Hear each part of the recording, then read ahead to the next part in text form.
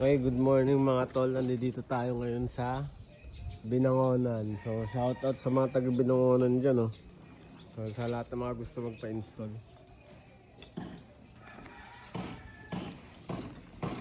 Magbubutas kami ng... Saan dyan? Magbubutas kami ng pader. Correct. Good morning mga tol. So, nandito tayo sa Binangonan, Rizal, sa hometown ni Al. Yes. Yes, so magbubutas tayo ng pader. So hindi natin tinaasan dahil marami din kasi nagreklamo. Kaya nagreklamo hindi ganong bumang tayong lamig dahil naka-top discharge siya.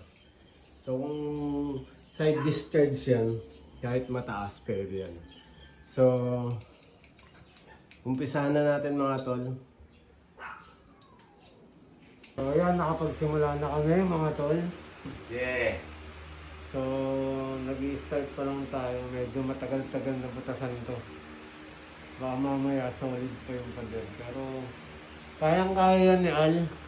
Kayang-kaya yan mga tol. Kaya mga tol. So, yung mga gusto magpa-install, comment lang kayo. Mapupuntahan namin kayo. Pa-schedule lang kayo.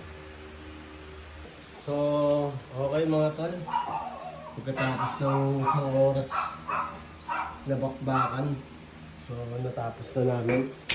Konting retouch na lang siya. So, tingnan natin dito sa likod.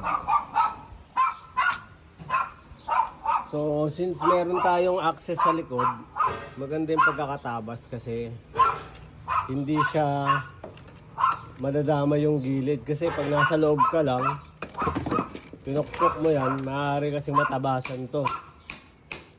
So, ayan. So, kahit pa paano maayos-ayos yung pagkakagawa natin. So yan, naglilinis na kami. Tapos na namin yung salpak. So, medyo malaki-laki yung allowance dahil sa paa niya. Itong taas, madali lang naman gawa ng paraan. So, di baling sumobra, wag lang kumulang.